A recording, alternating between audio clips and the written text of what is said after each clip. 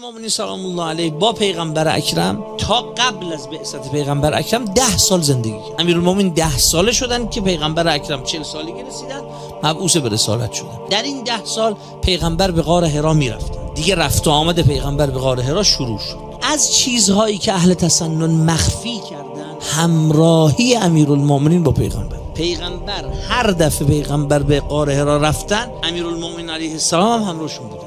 فاراه، من پیغمبر رو میدیدم در اونجا، در حالی که ولا یراه غیری، غیر من کسی نبود که پیغمبر رو ببینه. یعنی هیچ که همراه پیغمبر نبود. تو اون مدتی که پیغمبر به غار حرا میرفتن که هنوز مبعوث به رسالت نشده بودن، هنوز مأمور نشده بودن همه مردم رو دعوت کنن، تو اون مدت هیچ خانه ای نبود در مکه که آدمای توش مسلمون باشن غیر از خانه پیغمبر که پیغمبر بود، خدیجه کبرا بود، منم سوم. فقط ما سه تا بود. نور وحی من میدیدم، بوی نبوت رو استشمام میکردم. وقتی وحی بر پیغمبر نازل شد شیطان ناله زد، من صدای ناله شیطان رو شنیدم.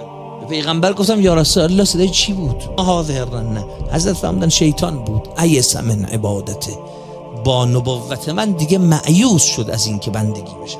انک تسمع ما اسمع، تو میشنوی اون چیزی رو که من میشنوم، میبینی اون چیزی رو که من میبینم. تو پیغمبر نیستی، لکنک وزیر و انک لعلی خیر، تو وزیر هستی، وزیر من میشه.